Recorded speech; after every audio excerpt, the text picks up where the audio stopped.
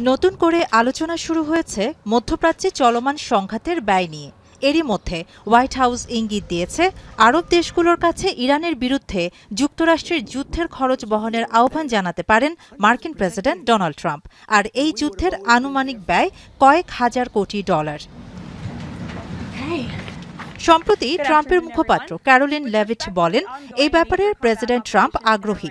যেভাবে ১৯৯০ সালের উপসাগরীয় যুদ্ধের সময় মধ্যপ্রাচ্যের মিত্ররা ওয়াশিংটনকে অর্থায়ন করেছিল, তখন ইরাকের কুয়েত আগ্রাসন ঠেকাতে যুক্তরাষ্ট্র একটি আন্তর্জাতিক জোট গঠন করে। পরবর্তীতে আরব দেশসহ জার্মানি ও জাপান মিলে প্রায় ৫৪ বিলিয়ন ডলার সহায়তা দেয়, যা বর্তমান মূল্য ১৩৪ বিলিয়ন ডলারের সমান।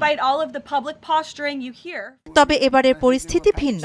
যুক্তরাষ্ট্র ও ইসরায়েল সরাসরি মিত্রদের ছাড়াই ইরানের বিরুদ্ধে সামরিক অভিযান শুরু করেছে। আরব রাষ্ট্রগুলো এ বিষয়ে এখনও কোনো মন্তব্য করেনি। এদিকে ট্রাম্পের ঘনিষ্ঠ ডানপন্থী সমালোচক শন হ্যানিটি বলেছেন, খরচ বহনের দায় ইরানকেই দিতে হবে, এমনকি তেল দিয়ে সেই মূল্য পরিশোধের কথাও বলেন তিনি। তবে ইরান উল্টো যুক্তরাষ্ট্রের কাছ থেকেই ক্ষতিপূরণ দাবি করছে। তাদের দাবি, কূটনৈতিক আলোচনা চলাকালেই তাদের উপর প্রথম হামলা চালানো হয়েছে এবং তারা যুক্তরাষ্ট্র বা এই অঞ্চলের জন্য কোনো হুমকি সৃষ্টি করেনি।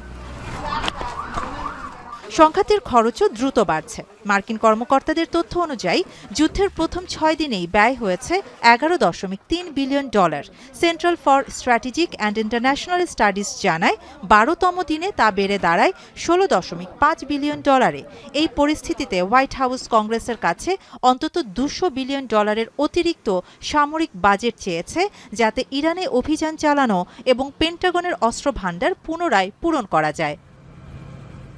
অন্যদিকে যুদ্ধের প্রভাব পড়ছে বৈশ্বিক জ্বালানি বাজারেও। হরমুজ প্রণালী বন্ধ হয়ে যাওয়ায় বিশ্বজুড়ে তেলের দাম বেড়েছে।